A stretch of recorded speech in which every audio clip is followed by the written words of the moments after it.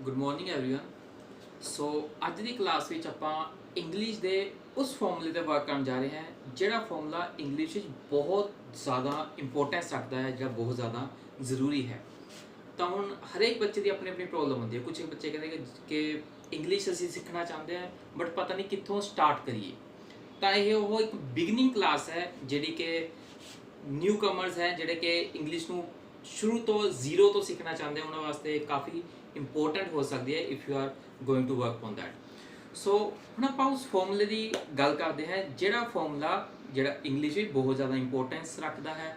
English ਵਿੱਚ ਜਿਹੜੀ ਤੁਸੀਂ ਸੈਂਟੈਂਸਿਸ ਬਣਾਉਂਦੇ ਹੋ, ਜਿਹੜੀ ਆਪਾਂ ਟੈਂਸਿਸ ਕਰਦੇ ਹਾਂ, ਜਿਹੜੀ ਆਪਾਂ ਐਕਟਿਵ ਪੈਸਿਵ ਕਰਦੇ ਹਾਂ, ਉਹ ਸਾਰੇ ਇਸ ਫਾਰਮੂਲਾ ਤੇ ਬੇਸਡ ਹੈ। ਹੁਣ ਅਗਰ ਆਪਾਂ ਇੰਗਲਿਸ਼ ਦੀ ਗੱਲ ਕਰੀਏ ਨਾ, 12 ਟੈਂਸਿਸ ਹੈ। ਇਸ ਦੇ ਵਿੱਚ ਪ੍ਰੈਜ਼ੈਂਟ ਪਾਸਟ ਫਿਊਚਰ ਦੇ ਅਲੱਗ-ਅਲੱਗ ਹੈ ਨਾ ਟੈਂਸਿਸ ਆਪਾਂ ਯੂਜ਼ ਕਰਦੇ ਹਾਂ ਤੇ ਉਹ ਸਾਰੇ ਟੈਂਸਿਸ ਹੈ ਜਿਹੜੇ ਇਸ ਫਾਰਮੂਲੇ ਦੇ ਅੰਡਰ ਆਉਂਦੇ ਹੈ। ਅਗਰ ਤੁਸੀਂ ਇਸ ਫਾਰਮੂਲੇ ਦੇ ਅਕੋਰਡਿੰਗਲੀ ਸੈਂਟੈਂਸਿਸ ਨਹੀਂ ਬਣਾਉਂਦੇ ਤਾਂ ਜਾਂ ਤਾਂ ਤੁਹਾਡਾ ਸੈਂਟੈਂਸ ਇਨਕੰਪਲੀਟ ਯਾਨੀ ਕਿ ਅਧੂਰਾ ਰਹਿ ਜਾਂਦਾ ਹੈ ਜਾਂ ਇਨਕਰੈਕਟ ਯਾਨੀ ਕਿ ਗਲਤ ਹੋ ਜਾਂਦਾ ਹੈ। ਤੁਸੀਂ ਇੰਗਲਿਸ਼ ਵਿੱਚ ਅੱਜ ਤੱਕ ਜੋ ਵੀ ਕੁਝ ਪੜ੍ਹਿਆ ਹੈ, ਲਿਖਿਆ ਹੈ, ਸੁਣਿਆ ਹੈ, ਬੋਲਿਆ ਹੈ, ਉਹ ਸਾਰਾ ਇਸ ਫਾਰਮੂਲੇ ਦੇ ਅੰਡਰ ਆਉਂਦਾ ਹੈ। ਤਾਂ ਡੈਫੀਨਿਟਲੀ ਤੁਹਾਡੇ ਵਿੱਚੋਂ ਕਈਆਂ ਨੂੰ ਇਸ ਫਾਰਮੂਲੇ ਬਾਰੇ ਪਤਾ ਹੋਏਗਾ ਤੇ ਇਹਨਾਂ ਨੂੰ ਨਹੀਂ ਪਤਾ। So here it is. So the formula is subject plus verb plus object. ਤਾਂ ਇਹ ਉਹ ਮੇਨ ਫਾਰਮੂਲਾ ਹੈ ਜਿਹੜੀ ਇੰਗਲਿਸ਼ ਆਪਾਂ ਅੱਜ ਯੂਜ਼ ਕਰਦੇ ਹਾਂ ਯਾਨੀ ਕਿ 2020 ਵਿੱਚ। ਜਿਹੜੀ ਇੰਗਲਿਸ਼ ਅੱਜ ਤੋਂ 10-50 ਜਾਂ 1000 ਸਾਲ ਪਹਿਲਾਂ 1020 ਵਿੱਚ ਯੂਜ਼ ਹੁੰਦੀ ਸੀ, ਜਾਂ ਜਿਹੜੀ ਇੰਗਲਿਸ਼ ਅੱਜ ਤੋਂ 10-50 ਜਾਂ 1000 ਸਾਲ ਬਾਅਦ ਵਿੱਚ ਯਾਨੀ ਕਿ 3020 ਵਿੱਚ ਯੂਜ਼ ਹੋਏਗੀ, ਉਸ ਵਿੱਚ ਇੱਕ ਚੀਜ਼ ਕਾਮਨ ਸੀ, ਇੱਕ ਚੀਜ਼ ਕਾਮਨ ਹੈ ਤੇ ਇੱਕ ਚੀਜ਼ ਹਮੇਸ਼ਾ ਹੀ ਕਾਮਨ ਰਹੇਗੀ ਤੇ ਉਹ ਹੈ ਇਹ ਫਾਰਮੂਲਾ ਯਾਨੀ ਕਿ subject plus verb plus object. ਤਾਂ ਜਦੋਂ ਵੀ ਤੁਸੀਂ ਨੈਕਸਟ ਟਾਈਮ ਕੋਈ ਸੈਂਟੈਂਸ ਲਿਖਣਾ ਹੈ ਜਾਂ ਕੋਈ ਸੈਂਟੈਂਸ ਬੋਲਣਾ ਹੈ ਤਾਂ ਧਿਆਨ ਰੱਖਣਾ ਹੈ ਕਿ ਸਬਜੈਕਟ ਵਰਬ ਆਬਜੈਕਟ ਇਹ ਫਾਰਮੂਲਾ ਤੁਸੀਂ ਉਸ ਵਿੱਚ ਯੂਜ਼ ਕਰ ਰਹੇ ਹੋ ਕਿ ਨਹੀਂ।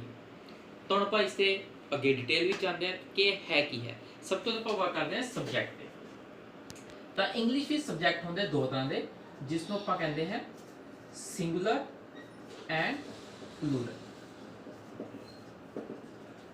ਸਿੰਗੂਲਰ ਯਾਨੀ ਕਿ ਜਦੋਂ ਵੀ ਆਪਾਂ ਇੰਗਲਿਸ਼ ਵਿੱਚ ਕਿਸੇ ਇੱਕ ਪਰਸਨ ਸਪੈਸ਼ਲੀ ਥਰਡ ਪਰਸਨ ਕਿਸੇ ਤੀਸਰੇ ਕਿਸੇ ਇੱਕ ਬੰਦੇ ਦੀ ਗੱਲ ਕਰੀਏ ਤਾਂ ਉਸ ਨੂੰ ਆਪਾਂ ਸਿੰਗੂਲਰ ਦੀ ਕੈਟਾਗਰੀ ਵਿੱਚ ਰੱਖਦੇ ਹਾਂ। ਤਾਂ ਸਿੰਗੂਲਰ ਹੋ ਜਾਂਦੇ ਹੈ ਹੀ, ਸ਼ੀ ਐਂਡ ਇਟ। ਤੇ ਪਲੂਰਲ ਹੁੰਦੇ ਜਿਹੜੇ ਬਾਕੀ ਰਿਮੇਨਿੰਗ ਹੈ ਆਈ, we, you and they।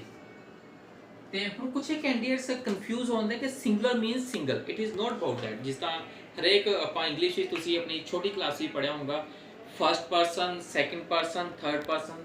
ਸੋ ਅਗਰ ਆਪਾਂ ਫਸਟ ਪਰਸਨ ਦੀ ਗੱਲ ਕਰੀਏ ਚਾਹੇ ਉਹ ਇੱਕ ਹੈ ਚਾਹੇ ਇੱਕ ਤੋਂ ਜ਼ਿਆਦਾ ਹੈ, ਉਸ ਨੂੰ ਆਪਾਂ ਪਲੂਰਲ ਦੀ ਕੈਟੇਗਰੀ ਵਿੱਚ ਰੱਖਦੇ ਹਾਂ। ਫॉर एग्जांपल ਇਸ ਦਾ ਆਈ ਇਸ ਵਕਤ ਮੈਂ ਅਗਰ ਆਪਣੀ ਗੱਲ ਕਰਾਂ ਤਾਂ ਇਸ ਵਕਤ ਸਿੰਗਲ ਹੈ, ਸਿੰਗੂਲਰ ਹੈ ਬਟ ਫਸਟ ਪਰਸਨ ਹੈ ਤਾਂ ਇਸ ਕਰਕੇ ਇਸ ਨੂੰ ਪਲੂਰਲ ਦੀ ਕੈਟੇਗਰੀ ਵਿੱਚ ਰੱਖਿਆ ਹੋਇਆ ਹੈ।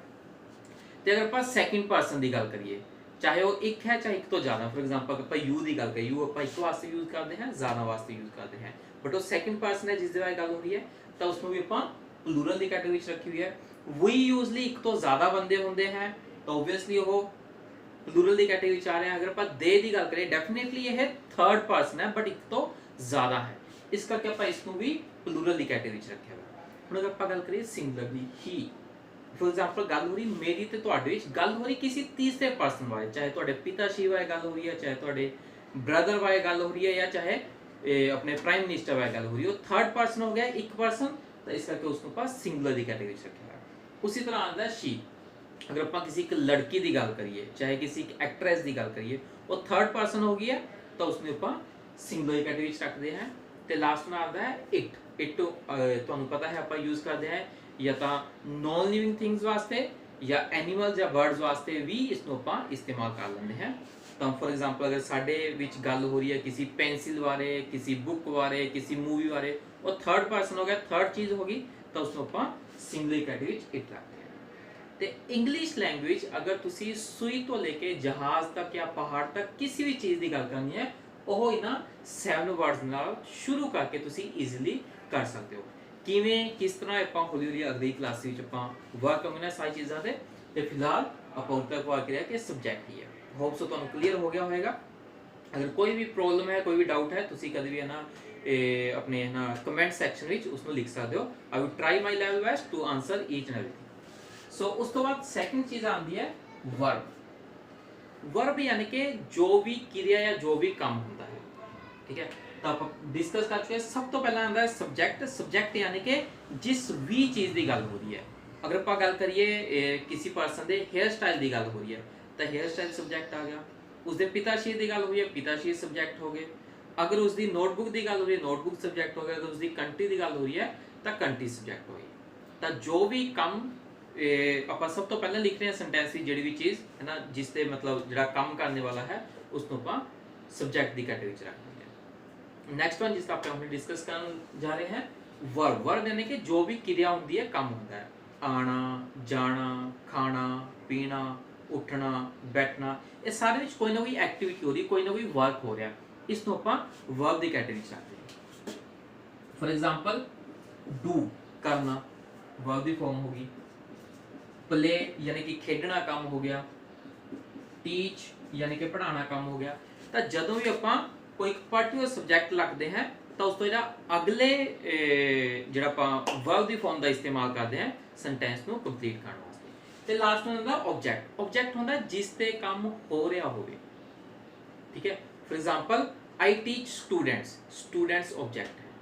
आई टीच माई यंगर ब्रदर, मेरा यंगर ब्रदर सब्जेक्ट है। I teach all of you, तुसी सब्जेक्ट ऑब्जेक्ट हो गए, सॉरी। तो जिस भी चीज़ से काम हो रहा होता है वह ऑब्जेक्ट होता है। होप सो तुहानू अभी तक क्लीयर है। सब्जेक्ट जेड़ा भी मेन पर्सन है काम करने वाला, वर्ब यानी कि जो भी क्रिया है काम हो रही है, ऑब्जेक्ट यानी कि जिस ते काम हो रहा है। यही फॉर्मूला है, तुसी सारे दे वर्क करना है, सानू याद करना है। तो जी भी आप डे बाय डे अगले टेंसिस से बाकी चीज़ा वर्क होंगे उसमें इसी अकॉर्डिंगली वर्क होंगे। So enough for today, have a nice day to all of you, bye bye.